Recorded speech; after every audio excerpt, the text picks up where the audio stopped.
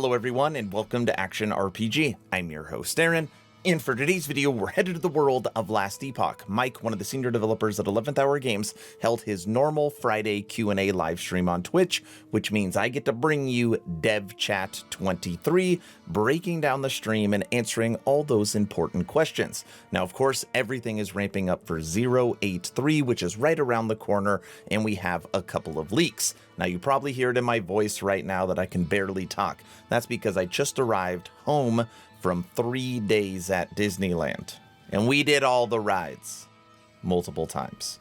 So I'm very, my voice is very coarse right now. As always, I will share my thoughts. Please feel free to share yours in the comment section below, and don't forget to subscribe to support smaller channels. All right, let's jump right into this. First question, what's the likelihood that we would get hybrid items?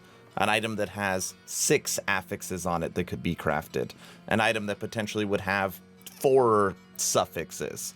Differences than the normal mode. Mike, go. We've considered that. It does some weird things to a lot of different UI. So we probably won't do that. Quite a bit of the balancing we do is around the fact that there are only 4 slots. And this is that like limitations breed creativity argument again. And it might be too limiting, it might not be. I don't know. I'm not gonna defend it really. I guess you could say it's not something we're considering right now. Adding a 2 more slots is not something we're really interested in doing at the moment. We're really happy with the ones we have. A lot of that comes from having having pretty active implicits. So like the implicit values are generally more than just like flat armor on items. So this one has vitality and health regen. Those are 2 pretty unique implicits on there. So we're like it is something we're looking at. It's possible, it's unlikely, I guess is the best way to put it. No. Sometimes I feel bad for Mike, because he gets asked the same questions over and over again. This time, again, it's about stances, and more specifically, Juggernaut stance. How is that skill going to be transformed into its final form in the game? Mike, go. So when I was talking about this before, I was talking about stances in general. So not just Juggernaut stance specifically. I don't actually know if Juggernaut stance has a node associated with it right now.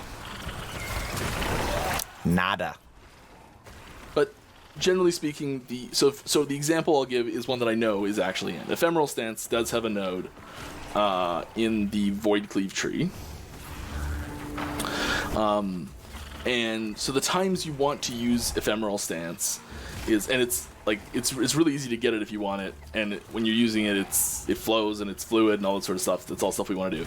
So in Void Cleave, there we go, I got it. In the Void Cleave tree, if you use Void Cleave and hit, I think it's at least 5 things with it, it triggers ephemeral stance. So it's this skill that gives you a little hop towards enemies, and if you hit several things with a melee skill, so there's several things around you, great time to use ephemeral stance. I might not be ephemeral stance. It's the one that damages everything around you as you're nearby it. The name's changed so many times on me. It's basically like Fire Aura, but the Void version of Fire Aura. That one. The names in the back end are also different as well, so when I'm actually implementing it, it's a different name again. So that's why I get confused sometimes. So yeah, when you're near a bunch of people, you've used it, it turns on for a duration. I can't remember what the duration is, but so having the nodes that trigger them be from situations where you're going to want them, I think is really important. It's really interesting and actually smart. Some stances right now don't have skill trees because they're getting transformed. But if you're running quick, if you have good pack density, it's really easy to hit 5 enemies at a time. So which means that depending on how long the stance is up for, you might be able to keep it up permanently. Other than, of course, certain situations for boss fights. Sounds like that is the future of stances. Now we're going to move over to a question that I get asked all the time, and I'm going to allow Mike to read it. Question on future seasons leagues. Do you imagine your endgame cycles to be more like PoE, where the cycles include endgame bosses and events per cycle, more like Diablo, where the cycles just alter build power but doesn't add any new endgame material?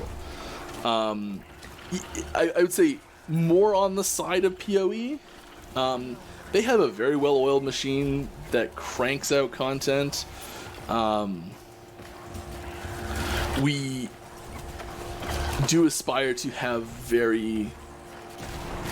a steady stream of really awesome content. And we love designing new bosses. We love designing new items. Like, these are all the things that are really fun, There's new mechanics are thrown around all the time for systems to engage with. There's I'd say partway between the two is sort of where we're aiming, and a lot of that is like even just something as simple as our Monolith of Fate system, right? Shuffling these islands in the orders that they show up in, and shuffling the blessings that you can get on them,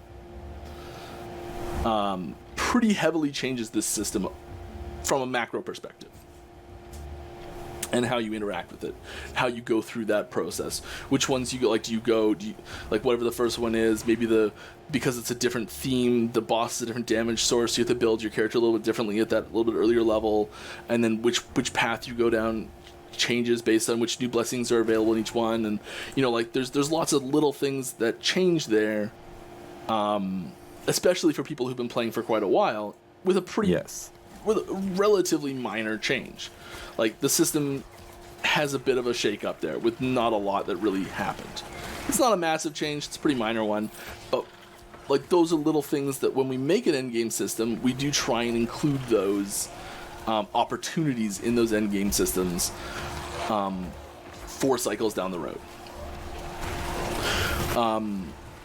If we come up with an awesome new endgame system that we can implement, heck yeah, we'd love to add that in.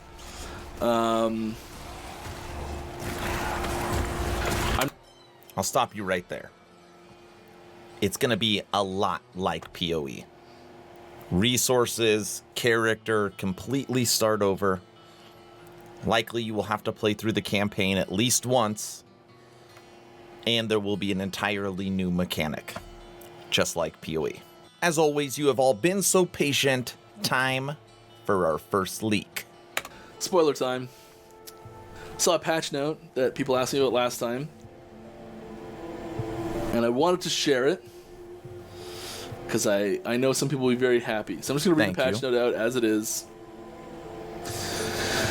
The arrows of flurry, multi-shot, puncture, basic bow attack, ballista, detonating arrows, cinder strike, second and third attacks, and ballista's harpoon now have effectively wider hitboxes for hitting enemies compared to hitting walls. Their effective hitboxes for hitting walls are all much narrower. So, a frequent complaint that we get is, I say frequent because I hear it about once every other week here on the stream, is that no one can hit anything with arrow builds. This helps a lot. That really is huge. If you've ever played a multi-shot build, it feels like, why can I never hit anything when I'm shooting so many arrows? It's because the arrow actually has to, like, physically hit the target, which I guess in some situations makes sense, but a lot of times it's a very large target. So now, for example, like Flurry's channeling, you're going to be able to hit enemies way easier. Time for some bad news that I feel like you already knew. Is 1.0 for Last Epoch planned for 2021? I think it's been a while since we've said this year. I don't think we're still aiming at 1.0 this year, no.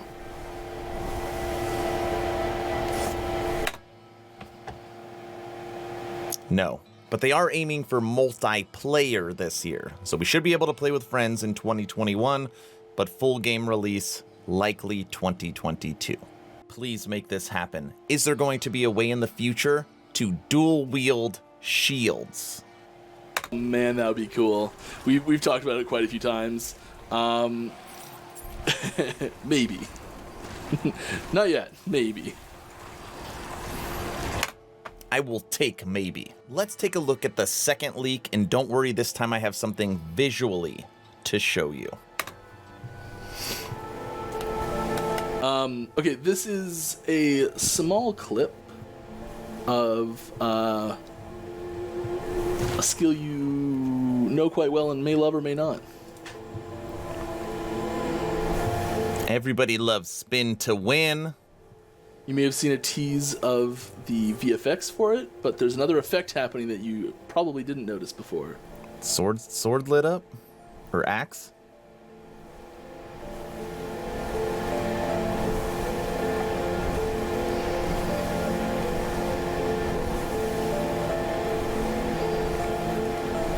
So yeah, little tease there. Maybe the fire left on the ground? Something that's getting added. I continue to say it. Visuals for Last Epoch will improve with every update. Perfect example, spin to win. Something that drives people crazy about Last Epoch is when you equip an item and the 2D art doesn't actually match the 3D item in game. This question was asked to Mike as to when it will be fixed. Yeah, so lots of items do change. Lots of items don't change.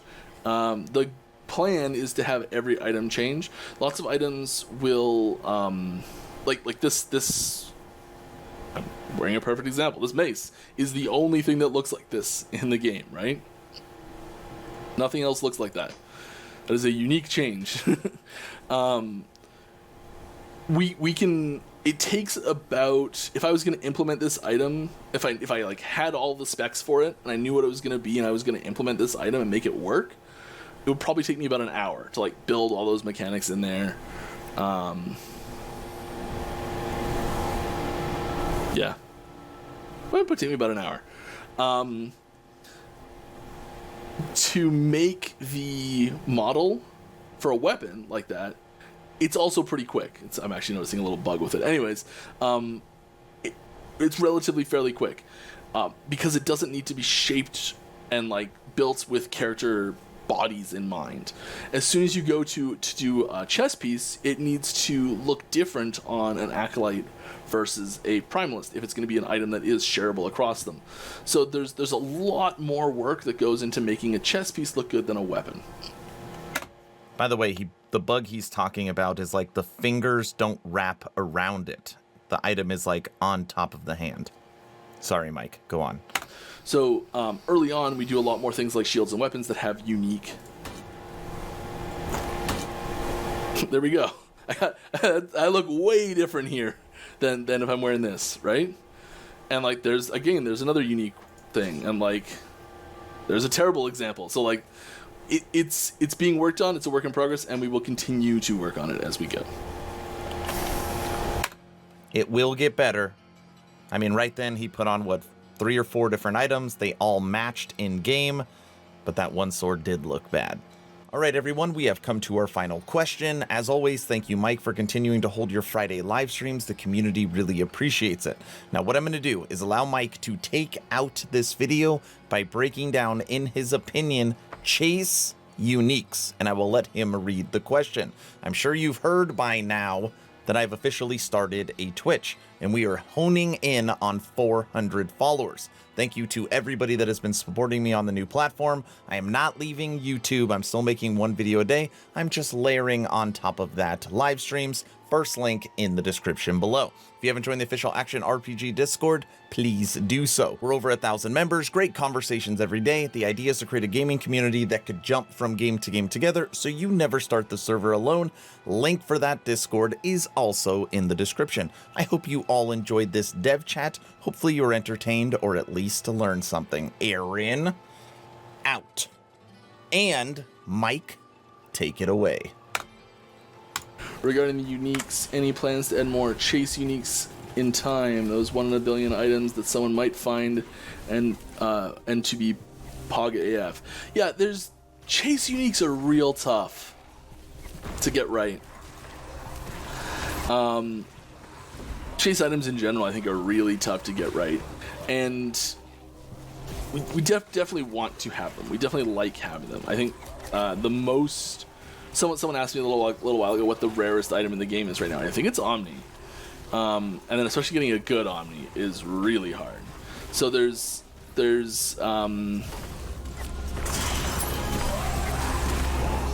are fairly chasey items. There's always this balance of chase and frustration. So like chase, I think one of the really good things about, I'm going to use Enigma as an example again, Diablo 2.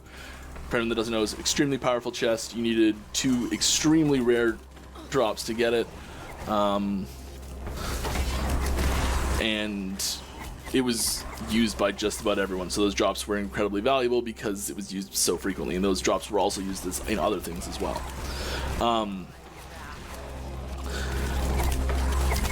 And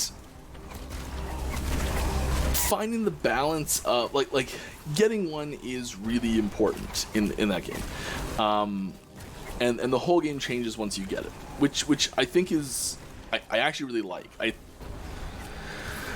don't like what the Enigma itself did because teleport was a whole other kettle of fish. Doesn't matter. My point is, chase items are really important to have.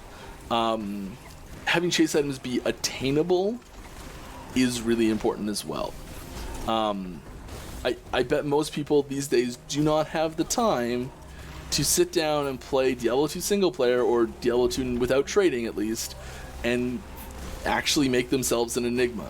It takes a long time. Like a long time. Way longer than dropping an Omni in this game. And I've seen quite a few posts relating to the frustrations about finding an Omni. It takes too long. It's too hard. I can't get one. And I'm not sure. I personally, off the top of my head, I'm not actually sure if that's a difference in. Oh my, that's a lot of damage. In like differences in the game itself, differences in the time it is, like the years that have gone by since, or what really. But that is something we are actively working on and looking at.